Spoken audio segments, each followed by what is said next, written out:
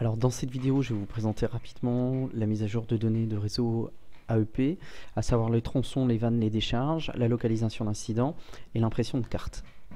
Alors très rapidement, pour mettre à jour une donnée de réseau, tout se situe dans l'onglet, ici le menu, plus précisément AEP, donc on retrouve la mise à jour des tronçons, des vannes, des décharges, des incidents. Également, on peut consulter des plans de recollement si nécessaire et l'aide pour se diriger dans l'application. On a une barre de boutons qu'on essaye d'être le plus simplifié, un plus, un moins, une main, un retour en arrière sur le zoom, actualiser la carte, revenir à l'étendue maximale, consulter les informations avec les i par point et le i élastique, l'impression de carte et le IP ici qui sert éventuellement pour consulter le numéro de la parcelle. Donc très simplement, on prend le plus et on va localiser un secteur. Si je reste cliqué avec ma souris, je dessine un rectangle. Une fois localisé sur votre secteur, vous continuez à descendre jusqu'à voir vos informations de réseau. À partir de là, on prend le i par point ou le i élastique, peu importe.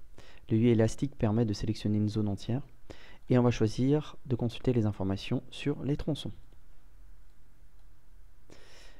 Dans le rectangle que vous avez dessiné, l'outil va automatiquement rechercher les tronçons disponibles et le coloriser.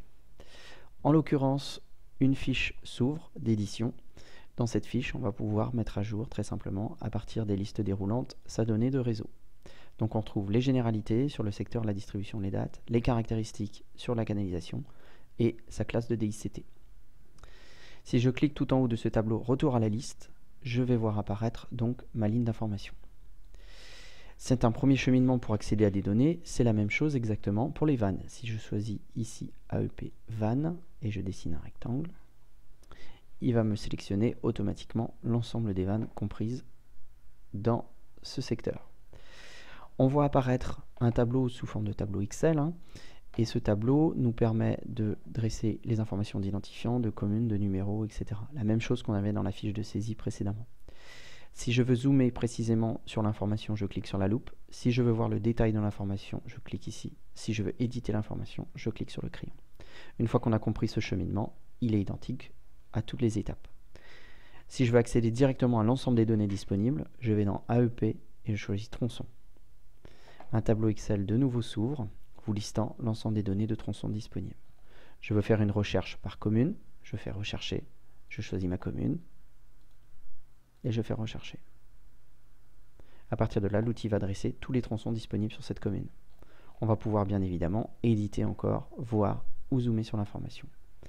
Petit plus, on a ajouté également dans la fiche de saisie ou la fiche de consultation des données sur la localisation de voirie sur les caméras Street View si la caméra est passée sur le secteur.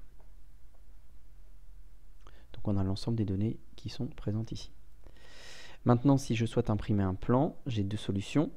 Je clique sur l'imprimante ici, je choisis mon échelle d'impression du plan, je tape Entrée. Mon rectangle, ensuite je clique sur le côté rouge pour déplacer et viser sur le secteur et je clique sur Imprimer. Ça sera un plan traditionnel, titre, orientation, légende, d'échelle.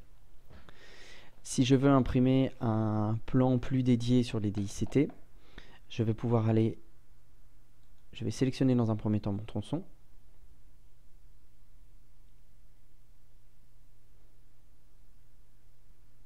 Donc l'outil me dit quel tronçon j'ai sélectionné et ensuite je vais lui demander de générer un courrier.